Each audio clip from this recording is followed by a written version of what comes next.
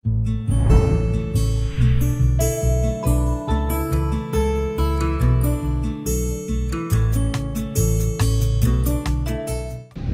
saudaraku, semoga Anda hari ini diberkati, amin. Saya percaya dalam Tuhan kita Yesus Kristus Anda diberkati. Saudaraku, ada topik menarik yang kita akan diskusikan pada pagi hari ini. Saya akan bacakan buat Anda. Nah, kita akan baca dari kitab Mazmur pasal yang ke-110 ayat yang pertama. Mazmur Daud, demikianlah firman Tuhan kepada Tuanku, duduklah di sebelah kananku sampai kubuat musuh-musuhmu menjadi tumpuan kakimu. Saya ulangi, Mazmur Daud, demikianlah firman Tuhan kepada Tuanku, duduklah di sebelah kananku sampai kubuat musuh-musuhmu menjadi tumpuan kakimu. Wow, tema yang menarik untuk kita diskusikan. Nah, ini adalah nubuatan Musa. Ini adalah nubuatan Raja Daud. Ya, sekali lagi ini adalah nubuatan Raja Daud kepada sang junjungannya sendiri. Nah, siapakah sebenarnya yang dimaksud oleh Raja Daud? Sahabat-sahabatku, teman-temanku, kita harus memahami Alkitab secara menyeluruh. Jangan kita mengambil sepotong-sepotong dan menentukan, memastikan siapa yang dimaksud oleh Raja Daud ini. Yang dimaksudkan Raja Daud harus ada relevansinya dengan ketika ada nubuatan Allah pertama di Taman Eden. Kalau kita baca dari Kejadian 3 ayat 15, ya, saya akan bacakan buat Anda Kejadian 3 ayat 15 yang juga merupakan relevansinya dari perkataan Daud ini. Saya akan bacakan buat Anda Kejadian 3 ayat 15.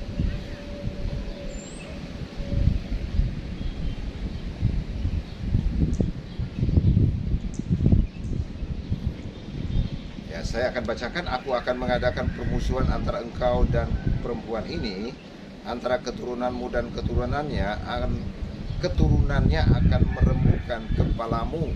Keturunannya di sini maksudnya keturunan perempuan itu. Dan engkau ini adalah ular, akan meremukkan tumitnya.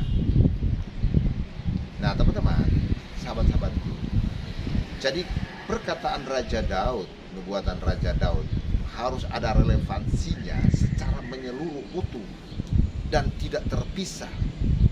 Ada benang merah dengan apa yang terjadi, yang dicatat di dalam kitab Kejadian, Keluaran, ya, Imamat, Bilangan, Ulangan, ya. Harus tidak terpisah. Menentukan siapa yang akan datang menjadi sosok junjungan Raja Daud itu. Dan itu juga akan menjadi terang, ya, akan sama dengan ketika Musa bernubuat tentang siapa nabi yang akan datang, ya, siapa nabi yang akan datang, ya. Suatu saat akan ada nabi seperti aku ini, Musa katakan, seperti aku ini. Dan apa yang dikatakan Daud itulah yang terus diulangi lagi ketika dari kitab Kejadian, kemudian Musa menyampaikan itu, dan Raja Daud. Pribadinya adalah satu. Pribadinya adalah sama. Sosok yang dimaksud itu adalah sama. Itulah Sang Mesias. Kalau kita lanjut juga terus ke kitab-kitab nabi-nabi kecil maupun besar, ya, maka sama satu sosok yang diberitakan, yaitu Sang Mesias, tidak ada lain.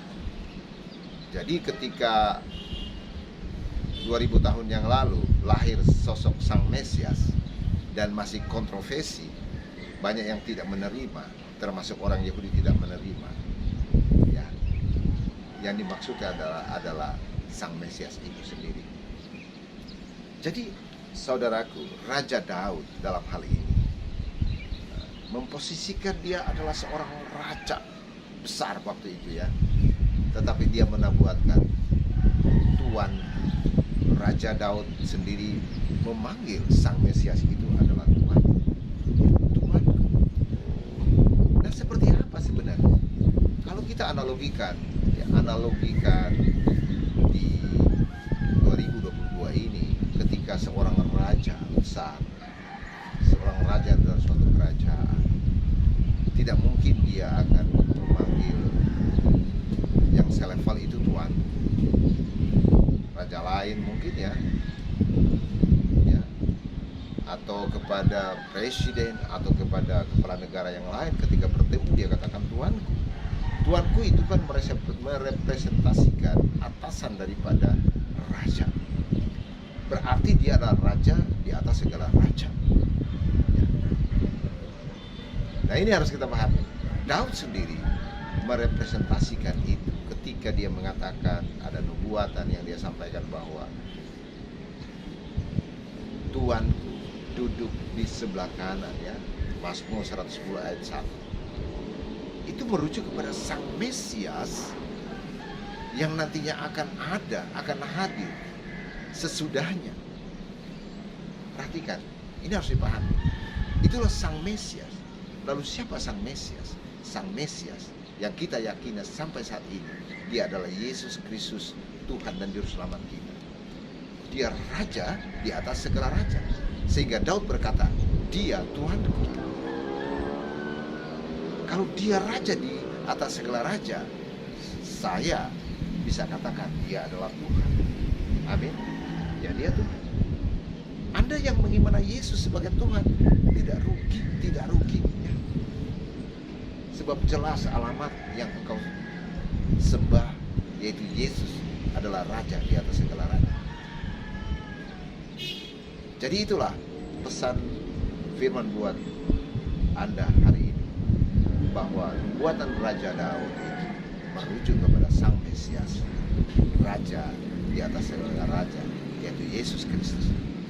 Nantinya dia akan datang kedua kali untuk menjemput orang-orang percaya ke dalam kerajaan, yaitu surga. Amin.